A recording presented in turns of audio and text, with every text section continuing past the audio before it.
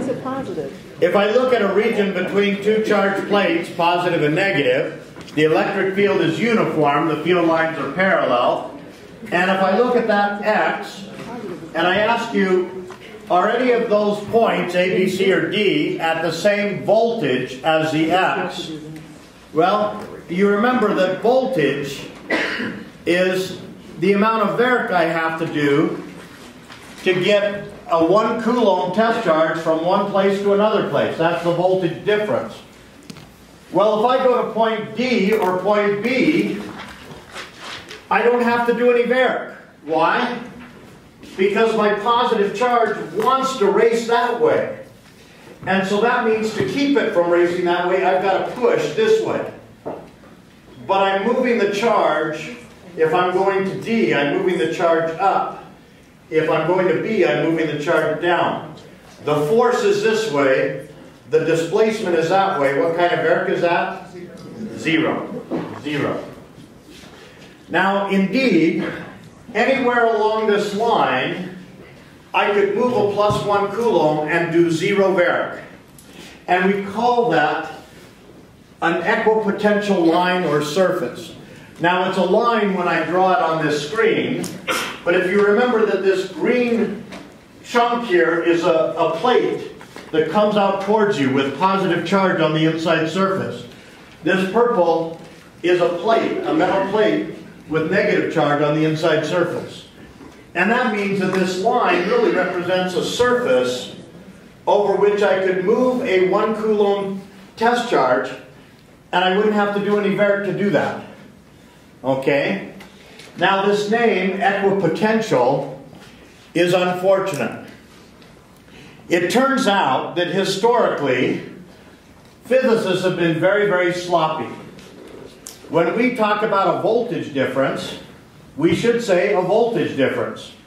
But sometimes we're sloppy and we say the voltage from A to B. We mean the voltage difference, but we just are too lazy to say the word. Worse, historically, many physicists have called it potential. A potential difference, or the potential from A to B. Now that is so similar to potential energy that I find that beginning students just cannot keep those two straight. So I've been very careful with my language and everything I've written to never, ever, ever call it potential. I call it voltage. And when I'm really being careful, I call it voltage difference. Okay? Now, historically, we're stuck with this word. These are equipotential surfaces. By that we mean equal potential or equal voltage. Now, suppose I say, I just pull this number out of my left ear, that everywhere on that surface the voltage is 100 volts. Remember, I get to choose arbitrarily where my height is 0. If I were to tell you that that surface was 50 volts, and I asked you to use the ED equation, what's the voltage on this surface? Okay? If I change my voltage minus 50 volts from here to here, the ED equation tells me I got the same E field, same distance, I'm going to have to change my voltage by minus 50 volts from here to here. And so that means this one has to be 0 volts. Now if I put a test charge there, a positive test charge there, will it feel a force there or not? Talk to your neighbor. Will it feel a force or not?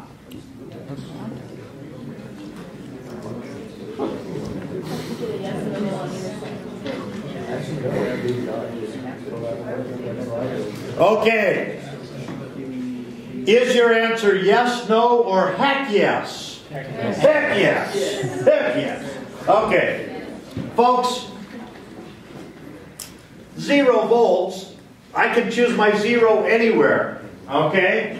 This is like in the gravitational problem, looking at a rock at the bottom of the cliff and defining the height of the bottom of the cliff to be 0 and asking, does a gravitational force act there?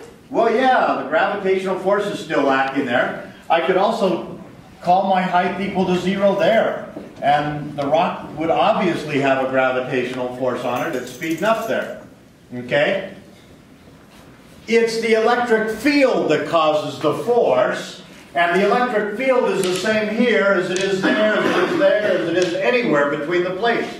And that means the force is going to be the same here as it would be there, or there, or there. It's only the change in voltage from A to B that we ever care about. Now, if I gave you these contours, okay, equipotential lines, think of them as the contour lines on a topographical map. If I asked you, where is it steep, where is it shallow, you would have no problem whatsoever. Well, in the same way, we can ask, where is the electric field strong? Where is it weak? Well, here, my equipotential surfaces are far apart from each other. That means I have a small change in voltage per meter. Whereas here, I have a large change in voltage per meter. By the end equation, that means the E field is stronger at B. And it's always going to point from high voltage to low voltage. Folks, that's always true. You can take that to the bank. The electric field always points from high voltage to low voltage. Now, if you have contours, electric field lines rather, that are not parallel, it's a little more challenging to draw these equipotential lines or surfaces. And what you have to do is draw them in such a way that they are always perpendicular to every field line they cross.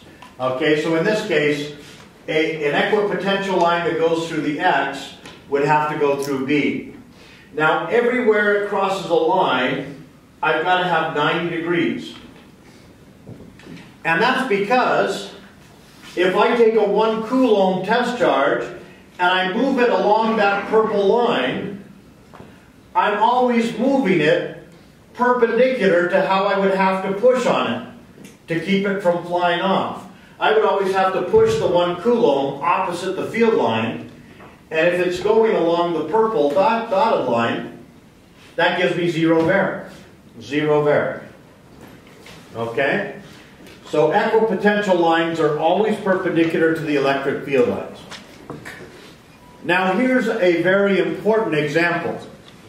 I have here a dipole, a positive charge and a negative charge of equal magnitude. The red lines are the electric field lines. They're born on positive charge, they die on negative charge. Born on positive charge, die on negative charge. The blue lines are the equipotential surfaces or lines. Okay? And you think of those in the same way you think of a topographical map. Now, if this were a gravity problem, what you would be looking at would be a mesa next to a sinkhole. Tell your neighbor which is the mesa and which is the sinkhole. Which is the mesa and which is the sinkhole? What's a mesa?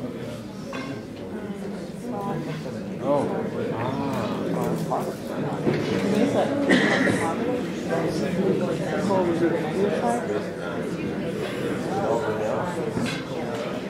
Okay.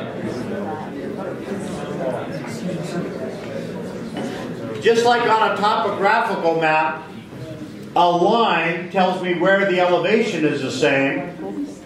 Here, a line tells me where the voltage is the same. And the voltage is always greatest near the positive charge and always smallest near the negative charge. So this would be the mesa up here, and this would be the sinkhole. And between them, you see that these field lines, these contours, equipotential lines, are very close together. What that means is, well, in a gravitational problem, it would mean a cliff. Here it means a very, very strong electric field. Okay? Big change in voltage for a small change in distance. Okay? Do you see that? Do you see that picture? Last year at spring break, my wife and I went to southern Utah to hike with our dogs. And we found out that we could get up, if we found this special road, we could get up on top of Gooseberry Mesa, which is just spitting distance from Colorado. And up on the top of Gooseberry Mesa, there's all this petrified wood that you can harvest legally. And so we were up there gathering petrified wood for our garden. And all of a sudden these not motorbikes, but mountain bikes come racing past us, just zipping past us. And all of a sudden they screech to a halt, and the people look back. Dr. Francis? What are you doing up here? I can't go anywhere. You people are everywhere. I go to a restaurant and I wonder what grade you got on the last exam when you bring out my food.